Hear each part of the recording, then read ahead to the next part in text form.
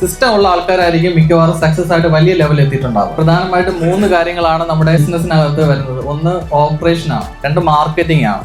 Marketing നമ്മുടെ develop ചെയ്യാൻ വേണ്ടിയിട്ട്, നമുക്ക് വർക്ക് കൂടുതൽ കിട്ടാൻ വേണ്ടിയിട്ട്, നമ്മൾ പ്രൊമോട്ട് ചെയ്യാൻ വേണ്ടി നമ്മൾ എപ്പോഴും ചെയ്തുകൊണ്ടിരിക്കാം. 3ാമത്തെ ആക്ടിവിറ്റി എന്ന് പറഞ്ഞാൽ ഫിനാൻസിങ് ആക്ടിവിറ്റീസ് ആണ്. ഈ 3 കാര്യങ്ങളും പ്രോപ്പറായിട്ട് ഒരു സിസ്റ്റം ബേസ് പോവുകയാണെന്നുണ്ടെങ്കിൽ നിങ്ങളുടെ ബിസിനസ്സിൽ നിന്ന് നിങ്ങൾക്ക് കുറച്ച് നാൾ കഴിയുമ്പോഴേക്കും ഫ്രീ ആയിട്ട്, സിസ്റ്റം ഇല്ലാത്ത ഒരു ബിസിനസ് സക്സസ് ആവണമെന്നുണ്ടെങ്കിൽ അവർക്ക് 5-6 ലക്ഷം രൂപ മാസം പ്രോഫിറ്റ് ഉണ്ടാവും. അവരുടെ എക്സ്പെൻസ് 2-3 ലക്ഷം രൂപ ആയി പോകും.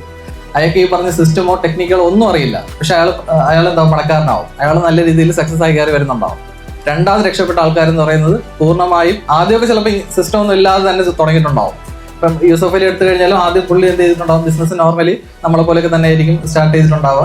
അത് കഴിഞ്ഞ് ബിസിനസ്സിൽ നേരത്തെ പറഞ്ഞ പോലെ കുറച്ച് അധികം ഗ്രോത്ത് പ്രോഫിറ്റ് വന്ന് തുടങ്ങുന്ന സമയത്ത് പുള്ളി അത് സിസ്റ്റത്തിലോട്ട് ചേഞ്ച് ചെയ്തിട്ടുണ്ടാവും.